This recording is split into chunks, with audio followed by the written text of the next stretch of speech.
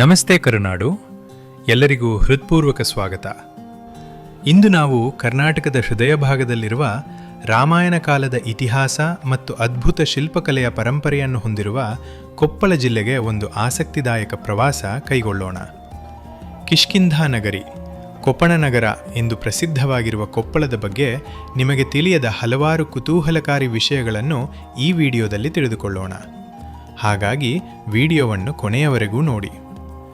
ಕೊಪ್ಪಳ ಜಿಲ್ಲೆಯನ್ನು 1998ರಲ್ಲಿ ರಾಯಚೂರು ಜಿಲ್ಲೆಯಿಂದಾದ ಪ್ರತ್ಯೇಕಿಸಿ ರಚಿಸಲಾಯಿತು. ಇದು ಹೈದರಾಬಾದ್ ಕರ್ನಾಟಕ, ಕಲ್ಯಾಣ ಕರ್ನಾಟಕ ಭಾಗದ ಒಂದು ಪ್ರಮುಖ ಜಿಲ್ಲೆ. ಈ ಜಿಲ್ಲೆಯ ವಿಸ್ತೀರ್ಣ ಸುಮಾರು 5557 ಚದರ ಕಿಲೋಮೀಟರ್. ಕೊಪ್ಪಳ ಜಿಲ್ಲೆಯು ಗದಗ, ಬಳ್ಳಾರಿ, ವಿಜಯನಗರ ಮತ್ತು ರಾಯಚೂರು ಜಿಲ್ಲೆಗಳೊಂದಿಗೆ ತನ್ನ ಗಡಿಯನ್ನು ಹಂಚಿಕೊಂಡಿದೆ. ಇಲ್ಲಿನ ಸಂಸ್ಕೃತಿ ಮತ್ತು ಆಚಾರ ವಿಚಾರಗಳು ಉತ್ತರ ಕರ್ನಾಟಕದ ಸೊಗಡಿನಿಂದ ಕೂಡಿವೆ. 2011ರ ಜನಗಣತಿಯ ಪ್ರಕಾರ ಇಲ್ಲಿ ಸುಮಾರು 13.89 ಲಕ್ಷಕ್ಕೂ ಹೆಚ್ಚು ಜನಸಂಖ್ಯೆ ಇದೆ. ಜಿಲ್ಲೆಯ ಸಾಕ್ಷರತಾ ಪ್ರಮಾಣವು ಸುಮಾರು 68.09% ಆಗಿದ್ದು, ಇತ್ತೀಚಿನ ವರ್ಷಗಳಲ್ಲಿ ಶಿಕ್ಷಣ ಮತ್ತು ಉದ್ಯೋಗ ಕ್ಷೇತ್ರದಲ್ಲಿ ಜಿಲ್ಲೆ ವೇಗವಾಗಿ ಅಭಿವೃದ್ಧಿ ಹೊಂದುತ್ತಿದೆ. ಕೊಪ್ಪಳ ಜಿಲ್ಲೆಯ ಹವಾಮಾನವು ಸಾಮಾನ್ಯವಾಗಿ ಶುಷ್ಕವಾಗಿರುತ್ತದೆ. ಬೇಸಿಗೆಯಲ್ಲಿ ಇಲ್ಲಿ ಬಿಸಿಲ ತಾಪ ತುಸು ಹೆಚ್ಚೇ ಇರುತ್ತದೆ. ತಾಪಮಾನವು 38 ಡಿಗ್ರಿ ಸೆಲ್ಸಿಯಸ್ರಿಂದ 42 ಡಿಗ್ರಿ ಸೆಲ್ಸಿಯಸ್ವರೆಗೆ ತಲುಪಬಹುದು. ಆದರೆ ತುಂಗಭದ್ರಾ ನದಿಯ ಹರಿವಿರುವುದರಿಂದ ಜಿಲ್ಲೆಯ ಕೆಲವು ಭಾಗಗಳು ಹಚ್ಚ ಹಸಿರಿನಿಂದ ಕೂಡಿರುತ್ತವೆ.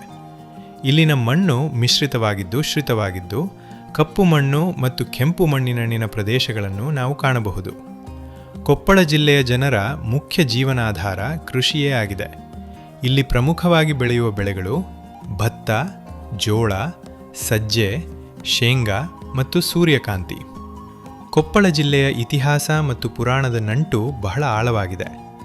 ಆನೆಗೊಂದಿ, ರಾಮಾಯಣದ ಕಿಷ್ಕಿಂಧಾ ಸಾಮ್ರಾಜ್ಯ ಎಂದು ನಂಬಲಾದ ಆನೆಗೊಂದಿ ಈ ಜಿಲ್ಲೆಯಲ್ಲಿದೆ. ಇದು ಹಂಪಿಗಿಂತಲೂ ಹಳೆಯದಾದ ಇತಿಹಾಸವನ್ನು ಹೊಂದಿದೆ. ಇಟಗಿ ಮಹಾದೇವ ದೇವಾಲಯವನ್ನು ದೇವಾಲಯಗಳ ಚಕ್ರವರ್ತಿ ಎಂದು ಕರೆಯಲಾಗುತ್ತದೆ. ಕಲ್ಯಾಣ ಚಾಲುಕ್ಯರ ಕಾಲದ ಈ ಅದ್ಭುತ ವಾಸ್ತುಶಿಲ್ಪ ಪ್ರತಿಯೊಬ್ಬ ಕನ್ನಡಿಗನೂ ನೋಡಲೇಬೇಕಾದ ತಾಣ. ಕೊಪ್ಪಳ ಕೋಟೆ, ಗಿರಿದುರ್ಗಗಳ ಸಾಲಿನಲ್ಲಿ ನಿಲ್ಲುವ ಈ ಕೋಟೆ ಐತಿಹಾಸಿಕವಾಗಿ ಅತ್ಯಂತ ಬಲಿಷ್ಠವಾಗಿತ್ತು. ಕೊಪ್ಪಳದ ಮತ್ತೊಂದು ಜಾಗತಿಕ ಹೆಮ್ಮೆ ಎಂದರೆ ಕಿನ್ನಾಳ ಕಲೆ. ಮರದಲ್ಲಿ ಕೆತ್ತಿದ ಸುಂದರ ಗೊಂಬೆಗಳು ಮತ್ತು ಕಲಾಕೃತಿಗಳಿಗೆ ಈ ಕಲೆ ಪ್ರಸಿದ್ಧವಾಗಿದ್ದು, ಇದಕ್ಕೆ GI ಟ್ಯಾಗ್ ಕೂಡ ದೊರೆತಿದೆ. ಇದಲ್ಲದೆ ಕೊಪ್ಪಳವು ಏಷ್ಯಾದ ಮೊದಲ ಟಾಯ್ ಕ್ಲಸ್ಟರ್, ಆಟಿಕೆಗಳ ಉತ್ಪಾದನಾ ಕೇಂದ್ರ ಆಗಿ ಹೊರಹೊಮ್ಮುತ್ತಿರುವುದು ಹೆಮ್ಮೆಯ ವಿಷಯ. ಜಿಲ್ಲೆಯ ಆಧ್ಯಾತ್ಮಿಕ ಶಕ್ತಿಯ ಕೇಂದ್ರವಾಗಿ ಗವಿಸಿದ್ದೇಶ್ವರ ಮಠ ಪ್ರಸಿದ್ಧವಾಗಿದೆ. ಇಲ್ಲಿ ನಡೆಯುವ ಜಾತ್ರೆಗೆ ಲಕ್ಷಾಂತರ ಭಕ್ತರು ಆಗಮಿಸುತ್ತಾರೆ. ಅಭಿವೃದ್ಧಿಯ ಪಥದಲ್ಲಿದ್ದರೂ ಕೊಪ್ಪಳ ಜಿಲ್ಲೆ ಕೆಲವು ಸವಾಲುಗಳನ್ನು ಎದುರಿಸುತ್ತಿದೆ. ಜಿಲ್ಲೆಯ ಕೆಲವು ಭಾಗಗಳಲ್ಲಿ ಕುಡಿಯುವ ನೀರಿನ ಸಮಸ್ಯೆ ಮತ್ತು ಬಡತನ ದೊಡ್ಡ ಸವಾಲಾಗಿದೆ. ಕೈಗಾರಿಕೆಗಳ ಬೆಳವಣಿಗೆಯಾಗುತ್ತಿದ್ದರೂ ಸ್ಥಳೀಯ ಯುವಕರಿಗೆ ಹೆಚ್ಚಿನ ಉದ್ಯೋಗಾವಕಾಶಗಳ ಅವಶ್ಯಕತೆ ಇದೆ. ಸ್ನೇಹಿತರೆ, ಕೊಪ್ಪಳ ಕೇವಲ ಒಂದು ಜಿಲ್ಲೆಯಲ್ಲ, ಇದು ರಾಮಾಯಣದ ಕುರುಹು ಮತ್ತು ಕಲಾಕಾರರ ನಾಡು.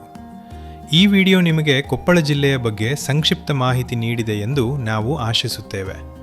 ಈ ಮಾಹಿತಿ ನಿಮಗೆ ಇಷ್ಟವಾದರೆ ವಿಡಿಯೋಗೆ ಲೈಕ್ ಮಾಡಿ, ಕರುನಾಡ ಕುಸುಮ ಚಾನೆಲ್ಗೆ ಸಬ್ಸ್ಕ್ರೈಬ್ ಮಾಡಿ ಮತ್ತು ನಿಮ್ಮ ಸ್ನೇಹಿತರೊಂದಿಗೆ ಈ ವಿಡಿಯೋವನ್ನು ಹಂಚಿಕೊಳ್ಳಿ. ಮುಂದಿನ ವಿಡಿಯೋದಲ್ಲಿ ಕರ್ನಾಟಕದ ಮತ್ತೊಂದು ಜಿಲ್ಲೆಯ ವಿಶೇಷತೆಯೊಂದಿಗೆ ಮತ್ತೆ ಭೇಟಿಯಾಗೋಣ. ಧನ್ಯವಾದಗಳು.